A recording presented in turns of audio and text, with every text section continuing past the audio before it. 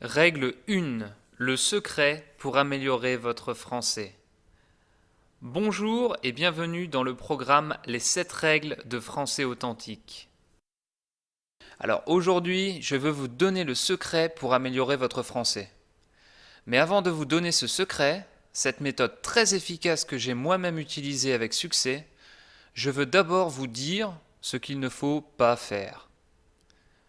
Que font les gens quand ils veulent ou doivent apprendre une nouvelle langue ?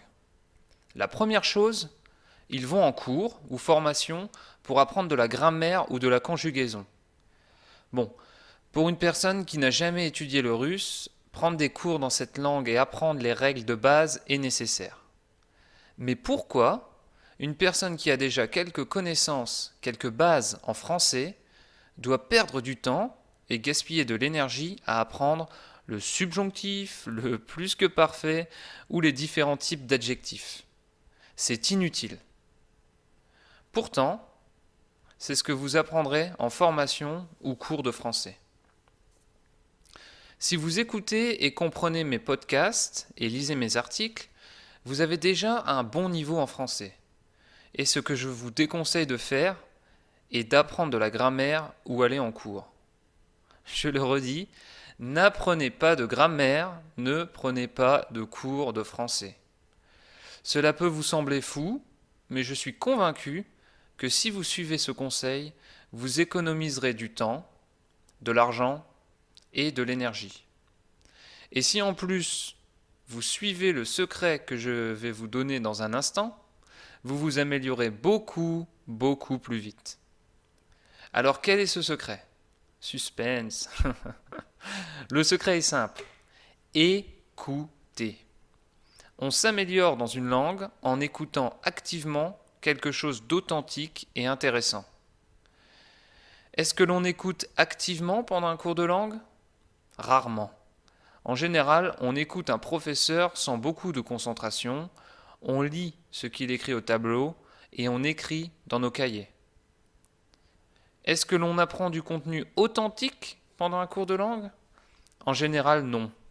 On apprend des mots et règles de grammaire rarement utilisées. Est-ce que l'on apprend des choses intéressantes en cours de langue ? Ça dépend du professeur, mais en général non. Apprendre des règles de grammaire complexes est souvent ennuyeux. Alors, pourquoi apprend-on en écoutant ? Comment ça marche ? Le mécanisme d'apprentissage de base est simple. Quand vous écoutez et comprenez du français authentique, votre cerveau enregistre les informations importantes. C'est inconscient, vous ne le remarquez pas, mais grâce au contexte, vous apprenez des nouveaux mots et de nouvelles expressions. Grâce à la répétition, écoutez de nombreuses fois, les informations seront gravées dans votre mémoire. Et lorsque vous parlerez français, les mots et expressions que vous avez entendus sortiront de votre bouche automatiquement. C'est comme ça qu'apprennent les enfants. Ils ne parlent pas, écoutent, comprennent leurs parents, puis quand ils commencent à parler, tout est automatique. Bon, je suis sûr que certains d'entre vous vont penser je ne suis pas d'accord. Je ne pense pas qu'on puisse vraiment apprendre en écoutant des articles audio. Il vaut mieux assister à des cours et apprendre les mécanismes de la langue. Ma réponse ? Ce n'est pas en apprenant les mécanismes du football dans une salle de classe que l'on devient footballeur. Alors, laissez-moi vous donner 2 exemples personnels. Comme vous, j'ai compris que le fait de parler plusieurs langues était un avantage important. Dans mon cas, les langues étrangères sont l'allemand et l'anglais. Premier exemple. J'ai étudié l'allemand pendant plusieurs années à l'école. On m'y a enseigné des règles de grammaire, du vocabulaire, de la conjugaison. Ce n'était pas intéressant, pas authentique, et donc je n'écoutais pas activement. Oh non, je n'aimais pas la langue allemande. Puis, il y a 3 ans et demi, j'ai obtenu un travail intéressant en Autriche. J'ai pensé, bon, je n'aime pas la langue, mais j'y vais quand même. Quand je suis arrivé, je ne parlais pas. J'étais incapable de faire une phrase. C'était difficile. Qu'est-ce que j'ai fait ? J'ai écouté. Je me suis intéressé à ce pays tellement magnifique, Tous les jours, j'entendais des gens parler allemand. J'ai écouté activement de l'allemand authentique et intéressant.